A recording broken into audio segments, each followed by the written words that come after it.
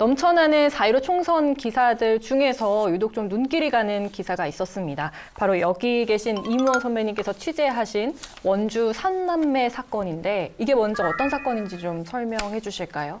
오늘 이제 갑을 두 부부가 20대 초반의 부부거든요. 네. 이 두 부부가 사실 준비가 안 된 상태에서 아이를 낳은 거죠. 그러면서 어떻게 양육할 것인지에 대해서 고민을 안 하면서 이 아이들이 우니까 화가 났던 것 같아요. 그러면서 벌어진 사건이 뭐냐면은 둘째가 먼저 사망을 했는데요. 어떻게 사망을 했냐면 2016년 9월 14일에 울며 보채자 몸 전체를 두꺼운 이불로 덮고 3시간 방치해서 살해.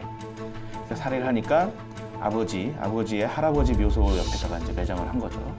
그런데 그에 앞서서 3개월 전에는 또 셋째가 사망을 했었어요. 근데 그 셋째 사망은 어떻게 했냐면 우니까 얘도 또 목을 조른 거예요, 엄지로. 그래서 이제 수십 초 동안 엄지손가락 목을 눌러서 살해.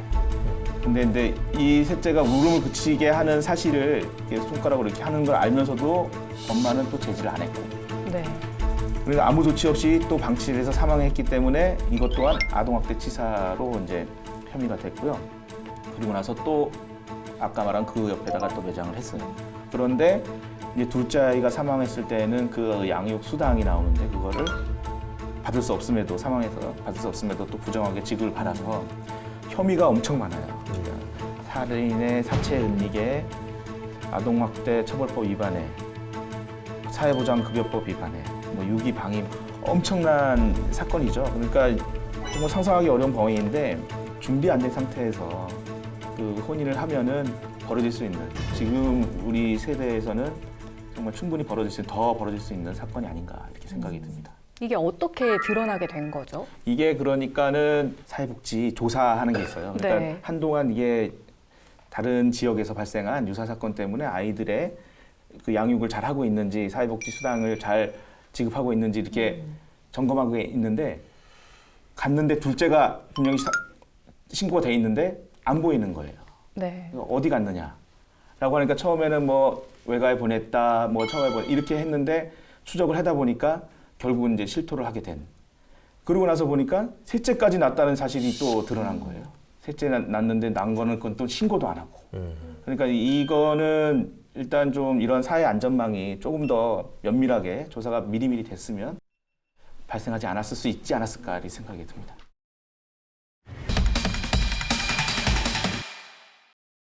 일단은 제가 지난달에 첫 기일이 있었는데 그때 네. 직접 봤거든요. 아, 네. 직접 봤는데 일단 국선 변호인이 선정이 됐습니다. 사선 변호를 하지 못해서 국선 변호인 선정을 했는데 지난 기일에는 굉장히 이제 심플하게 지나갔어요. 그냥 간단하게만 입장을 정리를 했고 국선 변호인 측에서 이제 두 피고인이 사선 변호인 선임을 할 계획이다. 자세한 것들은 이제 사선 변호인에게 이제 넘긴 거죠.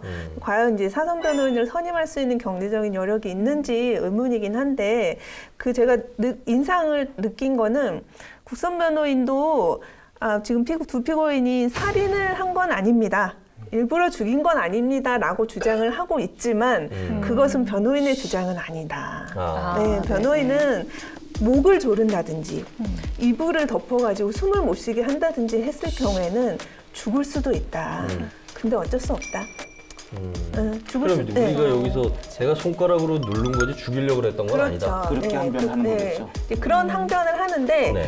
이제 뭐 고의라는 게 사람 속마음이기 때문에 속마음을 꺼내서 보여줄 수는 그렇죠. 없잖아요. 그래서 목을 누른다든지 명치 뭐 이렇게 사람의 신체의 중요한 공격 타점을 가경을 해서 사람이 결국 사망에 이르게 했을 때는 죽어도 좋다. 또는 죽어도 어쩔 수 없지. 그러면 그거는 라는 인식이 있었다는 거를 전제를 하고 미필적 고의로 살인을 인정을 합니다. 그래서 아마 그 두 국선 변호인은 이거는 살인이 인정이 될 것 같다라는 생각을 가지고 있지만 두 피고인이 나는 죽일 생각 없었어요 이렇게 하니 어쩔 수 없이 좀 살인의 고의를 부인하고 있는 거 아닌가라는 생각이 듭니다. 사실은 이 공소 사실에 대한 내용을 임원 기자 설명을 해주셨는데 그 방식이나 자세한 내용 자체를 듣는 게 거부감이 좀 드는 게 네. 이 행위 자체가 너무 충격적이다 보니까 기사화를 할 때도 우리가 이제 좀 전에 원주 삼남매 사건 이렇게 불렀는데 사실은 우리가 어떤 사건을 보도함에 있어서 가장 중요한 것 중에 하나가 피해자를 고려하고 우리가 해야 되는데, 여기 지금 아직까지 둘째 딸하고 셋째 아들은 지금 이미 사망을 했지만 첫 번째 낳은 아들이 있어요. 그 아이가 받을 또 충격들, 그 과정에서 있었던 것들, 부모는 단죄를 해야 되지만 사실은 이 과정 자체가 너무 좀 끔찍하고, 이게 사람으로서 진짜 할 수 있는 일인지.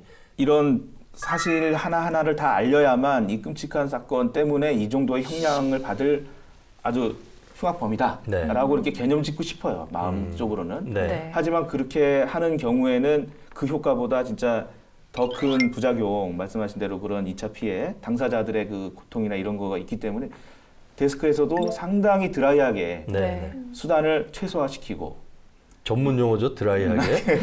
최소한의 단어로만 표현해서 하는데도 불구하고 이 사건은 너무 큰 사건이어가지고 예. 다 알게 되더라고요. 그렇죠. 네.